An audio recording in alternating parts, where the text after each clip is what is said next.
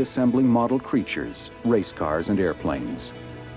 But unlike the rest of the kids, these model makers never grow up. They go on to build the Mothership, and the Millennium Falcon, the Red October, and the Starship Enterprise.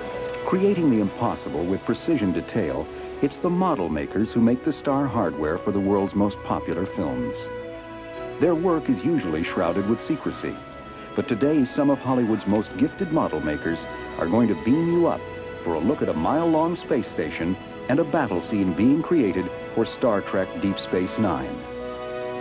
It's the final frontier of special effects on Movie Magic.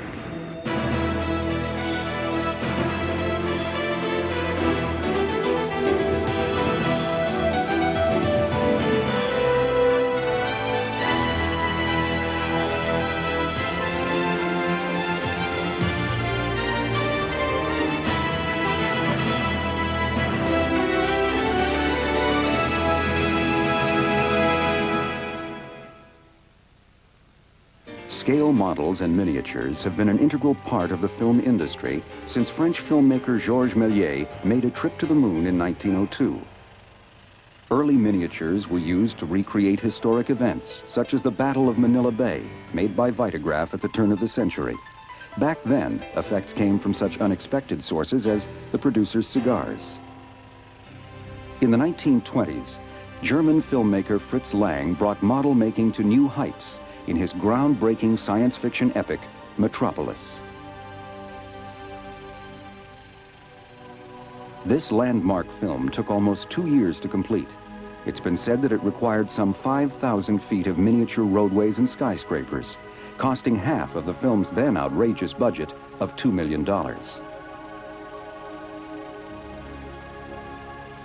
In the ensuing years, it was the model makers who gave us the cinematic visions of New York City and Gotham City, Frankenstein's castle and Dracula's castle,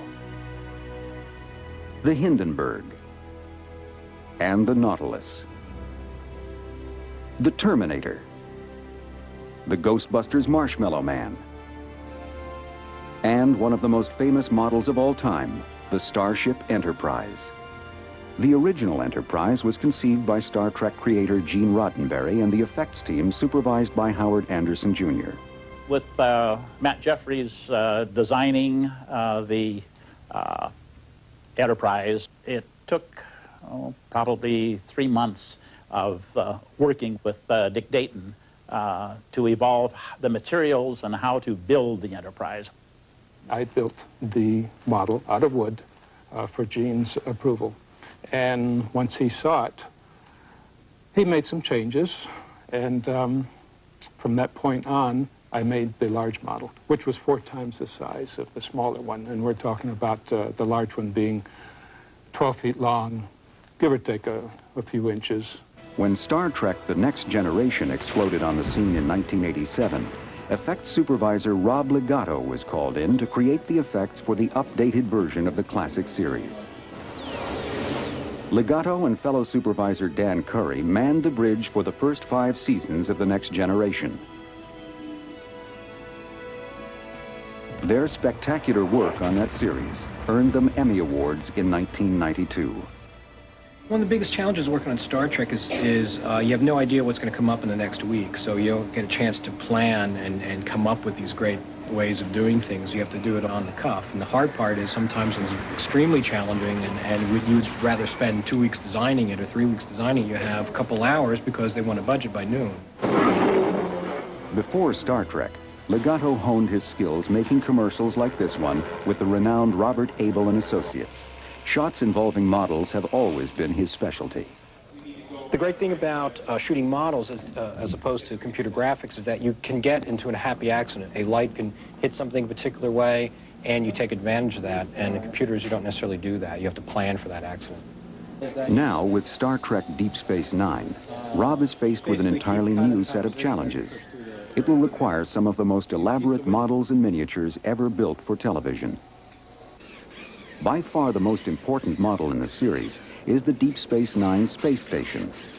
A mile-long outpost at the furthest reaches of Federation space, the space station was conceived by production designer Herman Zimmerman. and executive producers Michael Piller and Rick Berman. Supervising the construction and filming of the model is effects producer Legato, who must plan and execute every effect sequence in the show. Once they showed me what it is they want to do, then we got into practicality of it and how big something like that needs to be, what we actually will make, and what's actually needed to get the show done. The man Rob chose to make the space station was Tony Meininger, a multi-talented model maker with a keen eye for precision.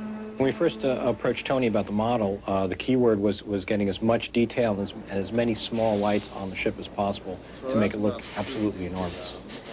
Tony sets to work with his versatile team of model makers. His crew first constructs 40 blanks, carefully detailed pieces made of wood, styrene plastic, and plexiglass. When the blanks are finished, they are cast into silicone molds. These molds will be used to create many duplicate space station pieces. The duplicate pieces are cast in epoxy glass, the material of choice because of its strength and stability. Epoxy glass is also lightweight and easy to cast in its liquid form. Once the pieces have set, they are sanded and carefully touched up by hand. The model is painted using durable automotive lacquers and then aged with textured layers of finishing paint.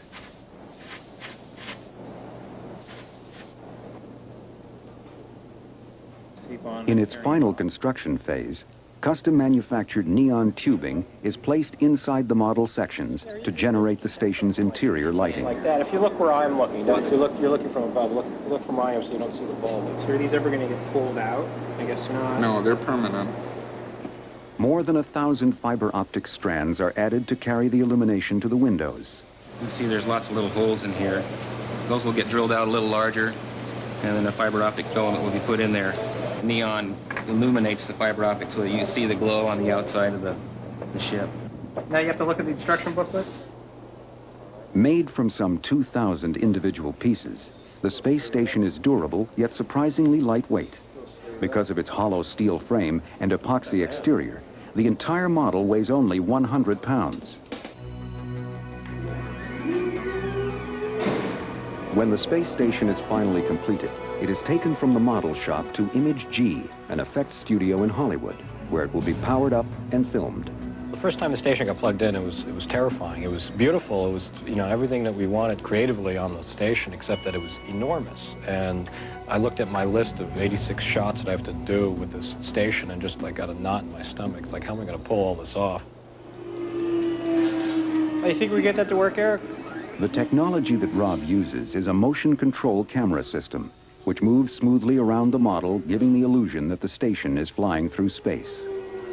You actually took what you did last time, the first and second one, and combined them. The first being where you see almost all of the underneath. Now, what was that comment again on camera? It's fine to me. Yeah. Carrie? Great, love it. Yeah. Gare? Very nice. Finally, on film, the space station model looks convincingly realistic. Rob's next stop is Paramount Studios in Hollywood. Here on Stage 18, he works with director David Carson on the live-action filming that will be combined with the space station shots.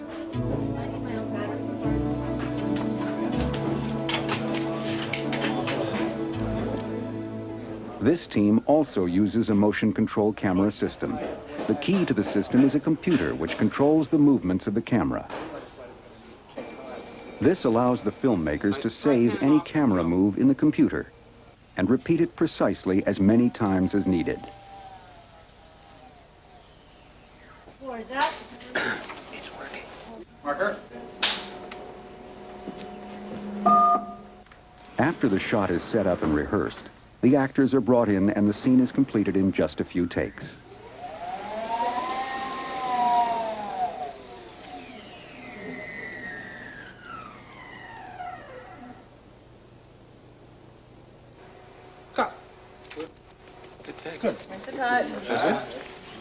When the motion control work is finished, Rob will put a shot of the space station into the blue screen window. Blue screens are frequently used as temporary backgrounds for shots using miniatures. When the filming is complete, the blue is electronically removed and replaced with a shot of the model.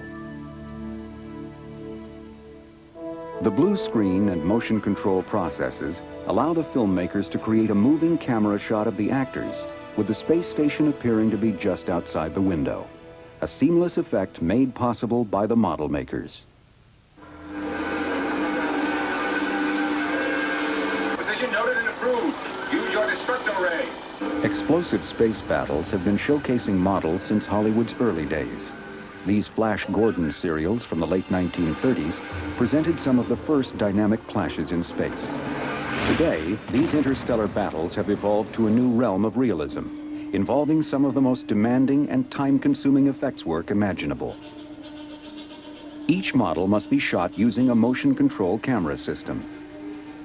Multiple passes allow Rob Legato to perfectly control the illumination and the film exposure for each set of lights on the model. When you shoot a model, we end up shooting about 5 passes. We do a beauty light pass, we do a matte pass, and then every subsequent lighting pass after that, blinking lights, engines or whatever, they're all shot separately. One final pass over a star background, and the shot is ready to be put together. Another challenge in shooting space battles is that none of the spacecraft can appear to be affected by gravity. In space, all matter is weightless, hence the term zero gravity. In filming the battle scene for Star Trek Deep Space Nine, Rob Legato must simulate a zero-gravity environment for a scene in which an enemy spacecraft blows a Federation starship out of the galaxy. Models are usually shot on an effects stage, but when the USS Saratoga is to explode, it must be shot on a larger sound stage at Paramount for safety reasons. The explosion must be substantial enough and produce plenty of debris to look believable. I know how big it is. The last time I did this, we cleared the stage. Yeah. I stood outside and debris went over my head. The first of 3 specially prepared breakaway models of the Saratoga is wrapped with explosive primacord. This material is powerful enough to cut a 2x4 in half. To simulate the weightlessness of space, the model is suspended vertically, and the camera is rigged to shoot up. This will cause the debris to drop toward the camera, giving the illusion of zero gravity. A sheet of Lexan, a high-impact plastic, is used to protect the lens.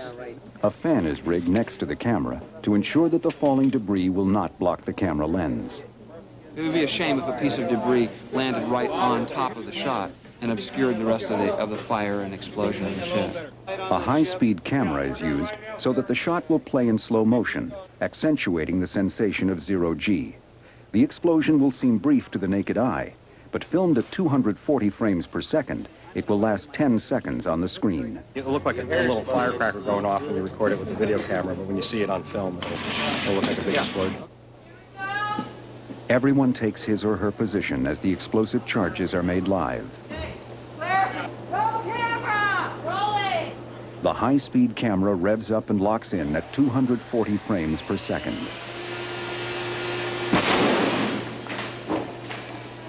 It wasn't exactly the way we had in mind when it exploded, so what we're going to do is increase the explosion so it shatters more, and then also cuts the wire so the ship is not left hanging. A second breakaway model is rigged with even more explosives and then suspended for the next take.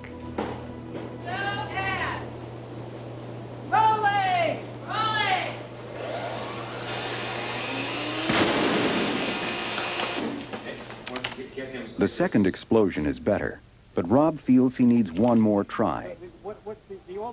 The next take will use the last model, so this will have to be the final attempt. It's a souvenir for a Star Trek convention. We're going to have these autographed and sent out. The final explosion completely destroys the starship. That was great. That was worth waiting for. Usually, for some reason, everything goes in threes. And on the third one, then we nailed it. Finally, the whole sequence is assembled, and the results are spectacular.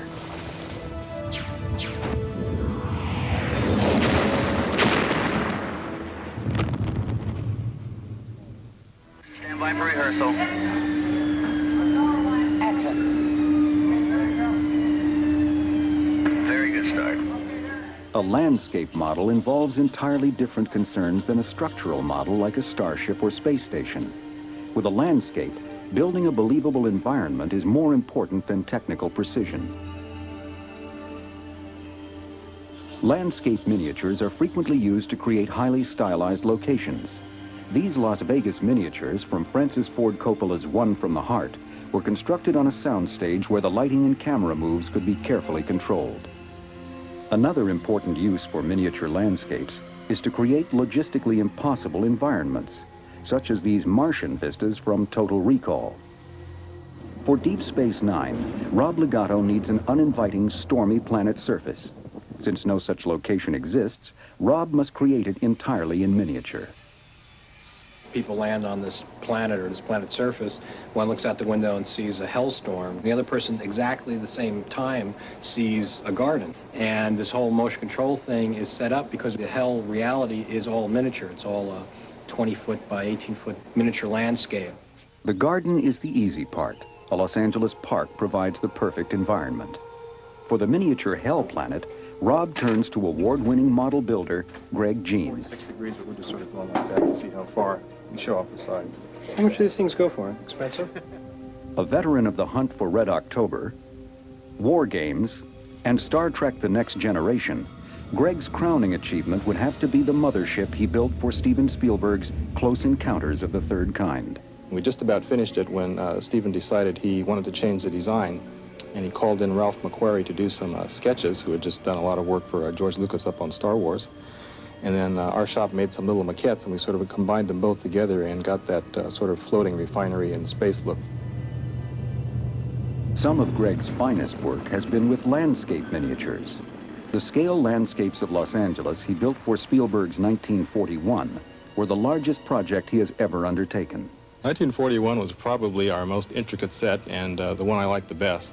It was actually a miniature that belonged in a museum rather than on a soundstage. The model making is basically a therapy to me. It's like basket weaving. If I don't do something with my hands, I would probably go nuts. For the Hell Planet landscape, Greg has model maker Mike Hosh carve the rough structures of the canyon cliffs out of 8-foot pieces of foam. Hosh uses a light polyurethane foam, which is easy to sculpt in great detail.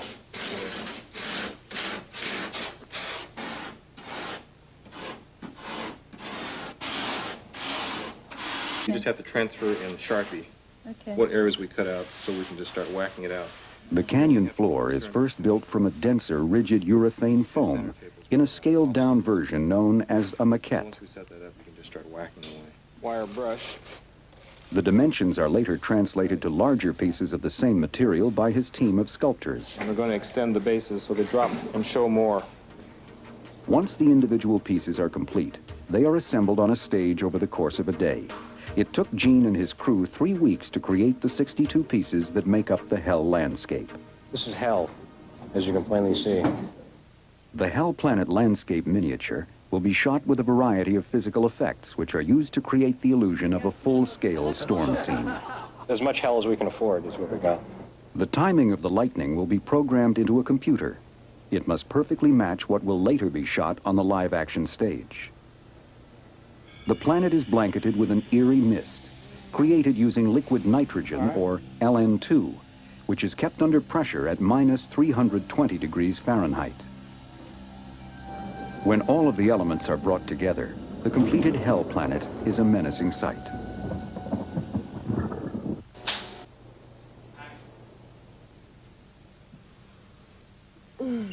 It's beautiful. You have a strange eye for beauty, Dax. Next, the stars of Deep Space Nine are brought in to play this dramatic scene. Dax, played by Terry Farrell, can only see a peaceful garden, while Avery Brooks as Sisko imagines he's on a hostile planet. The challenge for these actors is that they will see only a blue background. I am Commander Benjamin Sisko of the United Federation of Planets. Later, all the blue will be replaced by images of the garden or the Hell Planet. I suppose the only way to prepare for blue screen is to go into your imagination, ultimately. I mean, you have to use your imagination all the time. Low-level ionic pattern. It's probing us. Someone's idea of shaking hands, maybe. Most of the time we speak to the actors and tell them what it is that we're going to put in, because all they see is just blue or an X on a C-stand or something like that to where their eye line is going to be. And it's pretty hard for them to picture this exciting hellstorm when there's none of the elements are there. No, they haven't told me how they're going to create this shot. You're going to have to go and see, too. While the actors play the scene, Legato must keep the entire puzzle together in his head. The hard part is imagining all that in advance, saying, okay, this is what we really want to do, then break it up. So he's, okay, this is going to shoot here in a garden, this is going to shoot blue screen, this is going to shoot as a landscape miniature, this is going to be clouds, and figure out how it's all going to cut together and try to do it in some economic way. Creating a sequence this elaborate requires extensive planning and flawless execution. The results show that the effects team's efforts are rewarded. Models and miniatures are utilized to create a variety of different effects, whether a scene requires a mile-long space station, a stormy planet, or a fiery explosion. These resourceful craftspeople are counted on to deliver. The model building today is just overwhelming as far as the detail, the credibility compared to the models that were built and the way they were shot, say, 25 years ago for Star Trek. As long as effects artists like Greg Jean, Rob Legato, and Tony Meininger are creating the star hardware, effect scenes featuring miniatures are sure to be a model of perfection.